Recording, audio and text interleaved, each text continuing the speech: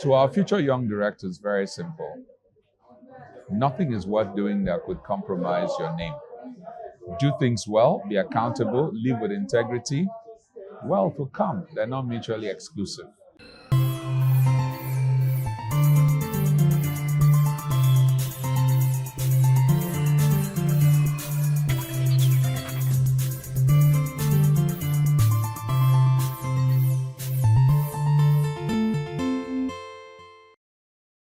Welcome to the Economy and Politics Conversation. I'm Ottoabasi Abasiekong.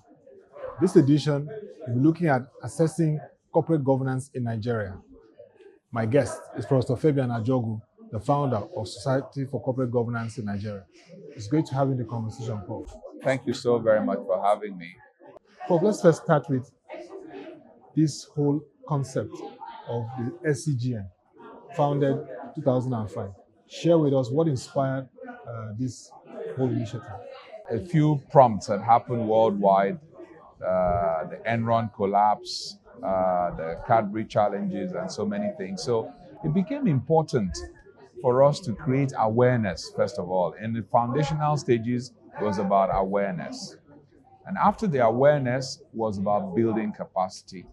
So it occurred to me that we needed an organization that is not for profit, so that it's focused on its purpose, and that will be dedicated solely to the promotion of corporate governance, because that has remained the essence of the society till date.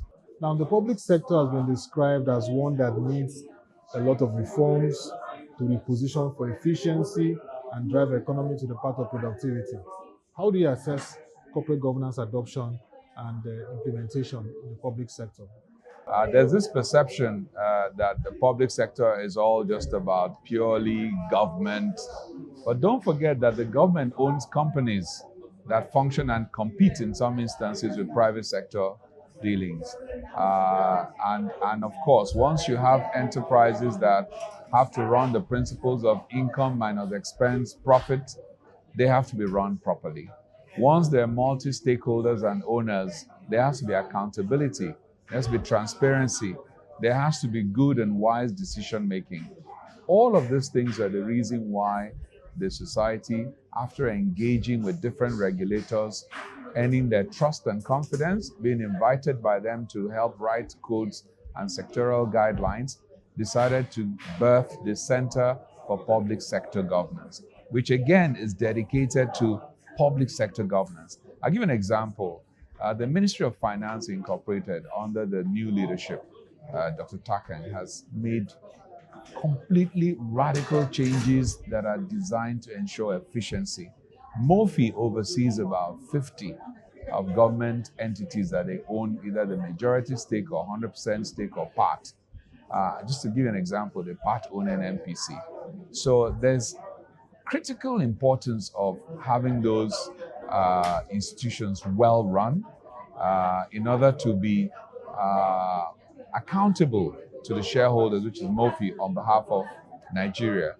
And in so doing, governance becomes the bedrock of all that is done. And we thought that by having a board of people who have served creditably well in governance, created value, served without blemish, and could be instruments of pointing the way for good governance, that the Center for Public Sector Governance could be that gift, that dedication, that support, that capacity building for public sector institutions. And it's been received very well in Abuja in its launch and its engagement with even people like the Bureau for Public Enterprises, Bureau for Public Procurement, and so many of those very vital institutions.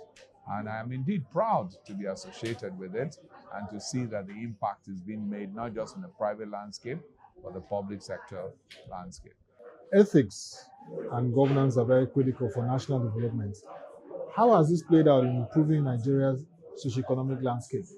We're not just celebrating 20 years of being in existence, we're celebrating 20 years of high impact in the landscape, high impact to stakeholders, to shareholders, investors, to boards, to regulators. And the regulators are all fully represented. There's no regulator of note, the NCC, Financial Reporting Council, SEC, CBN, are all represented here. And it's important that that ecosystem of governance is being supported and is there.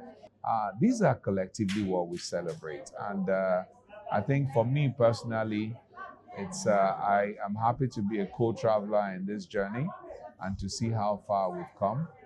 The future is bright, and so many members and fellows and participants and attendees, all of these people will continue to carry on the gospel, the message of corporate governance in their institutions and stand up for it, challenge wrongdoings, and get things better than we started. We just lost the pioneer president of the Society for Corporate Governance of Nigeria, one that you called a mentor. Speak to us about the life of Dr. Christopher Kolade. I've lost a friend, but that is Mr. Integrity personified. Dr. Kolade lived and walked a straight life. He's a role model to many. He's a pioneer president of this society. And we honor him. We observed moments today to his honor. May I humbly request that we all rise and observe a solemn minute in his honor and memory. May his gentle soul, through the mercy of God, rest in peace. Please be seated. A great Iroko has indeed fallen with the passing of Dr. Christopher Kolade. Our nation has lost not just a man, but an institution, a vast human library whose volumes were written with integrity, wisdom, and solid moral compass. Nothing can be said enough about such a great man. That is a library of governance, of wisdom. He's grown a forest, and in that forest there are many trees, as I said, that will continue to bear the fruits of good governance, of ethics, of integrity, of doing things well. We remain proud of him for all of the standards he set. And our capable president today, Malam M.K. Ahmadu, another distinguished Nigerian, served PENCOM with impeccable character and performance. He continues to lead. And what we do here is to create more leaders and people who will do things well. And we'll pray for the peaceful repose of the soul of Dr. Christopher Kolade. He's a great Nigerian, a mentor, and one that we're incredibly proud of. Our prayers are to his family at this difficult time, to know that they have a man who's a role model to so many in Nigeria. We celebrate him.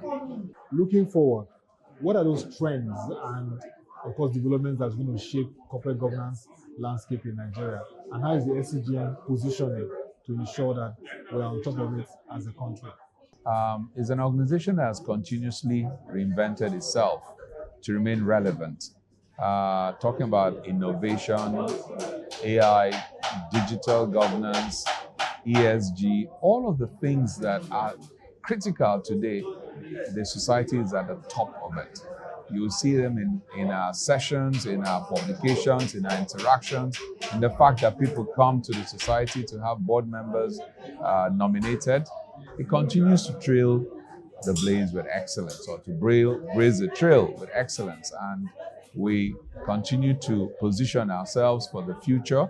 And as you see younger members here, they're thinking even more differently. People are looking for young directors to bring the younger perspectives to the different generations that they have to deal with. And we're happy about the ecosystem that the society has built. Long live the Society for Corporate Governance. Long live Nigeria. I'd like to get your word for young directors, because they are the future of enhancing and strengthening corporate governance in Nigeria. To our future young directors, very simple. Nothing is worth doing that could compromise your name. Do things well, be accountable, live with integrity. Wealth will come. They're not mutually exclusive. You do things well, work hard, things good will come. And then for Nigeria as a whole, well, we're on a journey. It's a long journey. It's a journey where we have to continue to do the right thing, point out things that are not okay. There's no perfection, Life itself is a process. So in a process of continuously improving, we shouldn't retrogress. That isn't the prayer. We should just be better than we were and look at what our peers are doing and emulate the positives. It's been a great conversation, and we wish you all the best in your endeavors. Thank you once again for the time. Thank you. To our viewers, that will be all for this conversation on assessing corporate governance in Nigeria. If you want to get further insights on this conversation, log on to our website displayed on the screen and follow our social media platforms. To come your way again, I'm Ottoabasi Abasiekong. Thank you for watching, and bye for now.